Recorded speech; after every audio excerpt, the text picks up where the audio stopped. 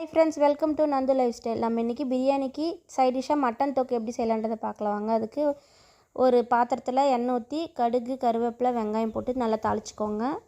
இஞ்சி பூண்டு பேஸ்ட் போட்டு நல்லா வதங்கின அப்புறமா ஒரு தக்காளி நான் அரைச்சி வச்சுருந்தேன், அதையும் சேர்த்து நல்லா வதக்கி விடுங்க. நல்லா வதங்கின அப்புறமா மசாலா ஐட்டத்தெல்லாம் சேர்த்திக்கலாம்.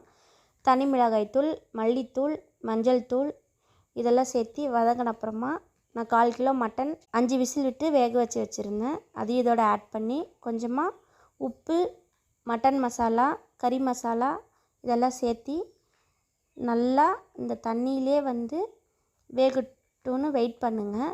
நல்லா நம்ம ஊற்றின தண்ணியெல்லாம் நல்லா கொதித்து ட்ரை ஆகி வரணும். நெக்ஸ்ட்டு இந்த டிஷ்ஷுக்கு டேஸ்ட்டு கொடுக்குறது இந்த லெமன் தான். கண்டிப்பாக லெமனை ஸ்கிப் பண்ணாமல் சேர்த்திக்கோங்க. பிரியாணிக்கு சப்பாத்திக்கெல்லாம் இந்த மாதிரி லெமன் சேர்த்து இந்த தொக்கு செய்கிற போது டேஸ்ட்டு சூப்பராக இருக்கும். ட்ரை பண்ணி பாருங்கள்.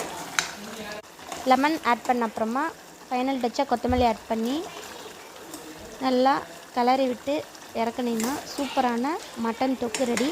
இந்த மாதிரி நல்லா திக்காகி வரணும். அப்போ தான் பிரியாணிக்கு சூப்பராக இருக்கும். ட்ரை பண்ணி பாருங்கள். தேங்க்யூ.